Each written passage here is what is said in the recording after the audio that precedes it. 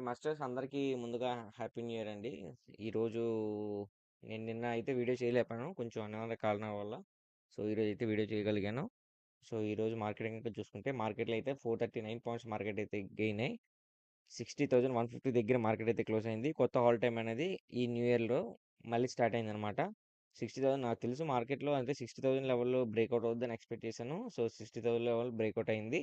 So, market అయితే కంప్లీట్‌గా ఒక 61తో ఈ ఇయర్ ఆల్మోస్ట్ ఆల్ నాకు తెలిసి ఒక 65,000 వరకు వెళ్ళే అవకాశాలు ఉంది. ఒక 5,000 పాయింట్స్ వరకు పెరిగే అవకాశాలు కూడా ఉంది. సో, జాగ్రత్తగా ప్లాన్ చేసుకోండి. ఓకేనా ఫ్రెండ్స్? సో, ఈ ఇయర్ అయితే పాజిటివ్‌గా ఉందని ఎక్స్‌పెక్ట్ చేద్దాం. సో, ఎక్స్‌పెక్ట్ చేస్తూ సో, నాకైతే ఫస్ట్ నేను తీసుకున్న యాక్చువల్లీ నేనైతే ట్రేడింగ్ చేయలేదు ఫ్రెండ్స్. నిన్న అయితే నాకు ఎక్కడ మొమెంటం కనిపించలేదు. మనం ట్రేడ్ చేసేటప్పుడు వర్కౌట్ అవ్వలేదు కాబట్టి, ఎక్కడ మొమెంటం లేదు కాబట్టి నేను అసలు ట్రేడే చేయలేదు. సో, ఈరోజు అయితే ట్రేడ్ చేశాను. ఫస్ట్ ట్రేడ్ ఈ ఇయర్‌లో ఫస్ట్ ట్రేడ్ చేశాను. ఫస్ట్ ట్రేడ్‌లోనే సక్సెస్ అయ్యాను. ఎలా సక్సెస్ అయ్యాను అనేది కూడా చెప్తా చూడండి. సో, యాక్చువల్లీ మనం 15 మినిట్స్ స్కాన్ గనక అబ్జర్వ్ చేస్తే సో, మనం నిన్న ఒక బిగ్ కన్సల్టేషన్ తర్వాత ఫస్ట్ 15 మినిట్స్ గ్యాప్ అప్ అయిన తర్వాత ఒక బుల్లిష్ క్యాండిల్ వచ్చిందనమాట. సో, బుల్లిష్ క్యాండిల్ వచ్చిన తర్వాత మనకు క్లియర్‌గా ఒక సైన్ ఆఫ్ ఇండికేషన్ ఏంటంటే మార్కెట్ కంప్లీట్‌గా రికవర్ అవుతుంది.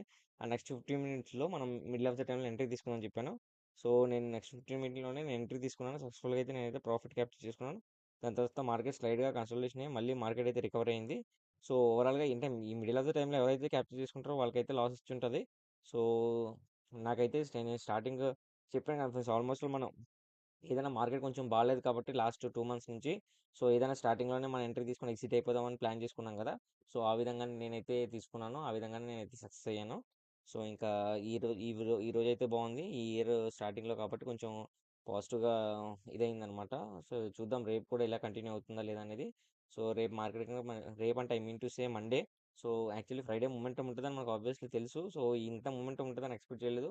ఆల్ టైమ్ బ్రేక్ అయ్యే మూవ్‌మెంట్ ఉంటదని అసలు ఎక్స్‌పెక్ట్ చేయలేదనమాట. సో, మంచి మొమెంటం అయితే జరిగింది ఈరోజు మార్కెట్‌లో.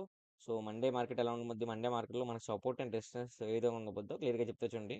సో, మండే మార్కెట్ కూడా మనం అబ్జర్వ్ చేస్తే కంప్లీట్‌గా ఒక ఆల్ టైమ్ హైలో ఉంది కాబట్టి జాగ్రత్తగా ట్రేడ్ చేసుకోండి ఫ్రెండ్స్. ఏ టైంలోనైనా ఏదైనా జరగొచ్చు. ఆల్ టైమ్ హై మళ్ళీ ఫాలో అయ్యి, మళ్ళీ కన్సల్టేషన్ అయ్యి, మళ్ళీ రికవర్ అయ్యే ఛాన్స్ ఉంది. లేదంటే అక్కడి నుంచి ఆల్మోస్ట్ ఆల్ 61, 62,000 వరకు మార్కెట్ వెళ్ళి మళ్ళీ అక్కడ కన్సల్టేషన్ అయ్యే అవకాశాలు కూడా ఉన్నాయి.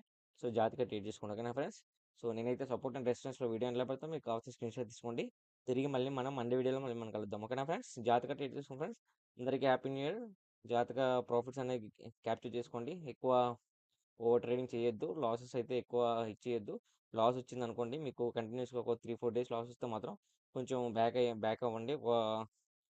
అంటే టైం తీసుకోండనమాట. టైం తీసుకొని చేయండి. ఎందుకంటే నాకంత ఎక్స్‌పీరియన్స్ ఉన్న ఈ మంత్ అయితే చాలా వరస్ట్‌గా ఉంది. సో, ఈ మంత్ అంటే I mean to say December month నాకైతే చాలా వరస్ట్‌గా ఉంది. మంచి ఎక్కడ ప్రాఫిట్స్ అనేవి క్యాప్చర్ చేయలేకపోయాను. కంటిన్యూయస్‌గా లాస్ అయితే 1 వీక్ అయితే కంటిన్యూయస్‌గా స్ట్రగుల్ అయ్యాను. మీకు ఆ విషయం తెలుసు కూడా.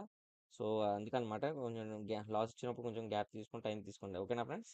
తిరిగి మళ్ళీ మనం మండే వీడియోలో కలుద్దాం. ఓకేనా? Thanks for watching.